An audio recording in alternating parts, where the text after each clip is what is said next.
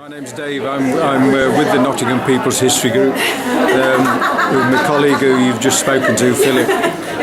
So I'm here with for that, promoting, having our stuff on display and promoting that. But as Philip's already spoken about it, we have brought with us two books that are nothing to do with the People's History Group, but they're relevant to Nottingham and certainly Nottingham's recent history. They're both associated with the 1984-1985 miners' strike, which was national in this country. But Nottinghamshire, a lot of miners in Nottingham didn't strike at the time, so therefore there was a lot of discontent and a lot of anger and a lot of ill feelings around that, because it was thought that Nottingham carried on working and for their own selfish ends, it was said, whilst the rest of miners throughout the rest of the country were on strike, trying to save their jobs, their pits, their jobs, and their communities. And what I've brought is a couple of books we've got here. One is by it's the diaries of John Lowe, who was a miner at Clipston in Nottingham. John's dead now, but at the beginning of the strike he was just an ordinary family fellow that was out on strike supporting his union and trying to save the jobs. But he turned into somewhat of a reluctant but leader. In the end, he sort of rose. He had some natural organising skills, and he sort of rose to for the pit where he worked. He ended up taking on quite a lot of responsibility, and but he also kept a day-to-day diary, literally every day. So it was his experiences on the street of living through this year-long strike and everything that went with it. As I say, John's dead now, but his grandson, with his permission of his grandmother, in fact with the active encouragement of his grandmother, went through all of John's papers and diaries and stuff from that period. And he's written a book called If Spirit Alone Won Battles, and it's the diaries of John Lowe from the 1984-1985 miners' strike. I've not read it yet, so I can't comment on it, other than knowing John as I did, and knowing what happened during the strike as well. It will be a really honest read, and I'm sure, and quite an emotional read as well. And the other book is Nottingham Miners Do Strike, and that's by Keith Stanley, who was a Nottinghamshire miner, NUM, and he was at Thoresby, I think it was, and he was out on strike for the year, and he later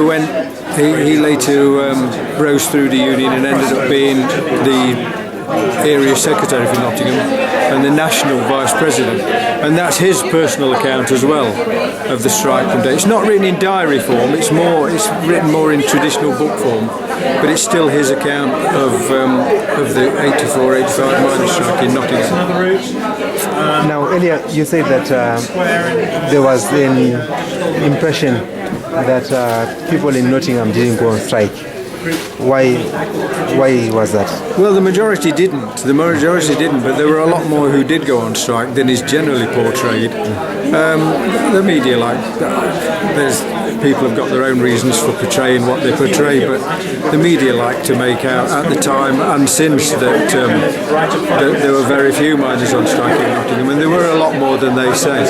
It's propaganda, isn't it? It's to try and make those that did strike, and the NUM as well, make them look even less significant, I suppose, less important, as if they didn't achieve much at all. It sort of diminishes what they actually did achieve.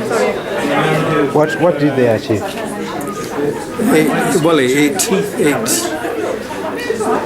It mobilised support throughout, not just throughout the whole of the country, but certainly throughout Europe and other parts of the world. Actually, there were a lot of people, there were a lot of organisations, there were a lot of individuals throughout the UK, but as I said, also abroad throughout the world, who rallied to the plea for help with the miners, and did actually support both in financial terms terms, in physical terms, in money,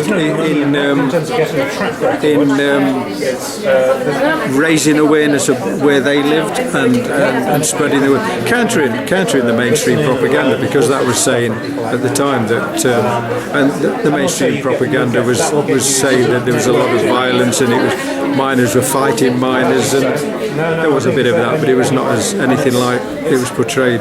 So the main achievement of the NUM, well, the legacy of it. At the time, it was raising awareness and getting support from literally all over the world. And since then, as well, the legacy of it is that people remember that, and a lot of people have learned from that if you're divided, you've got to be united to stand any chance. If you're divided, then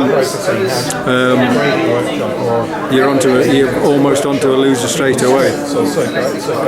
And I might have asked this question before. What were the strikers?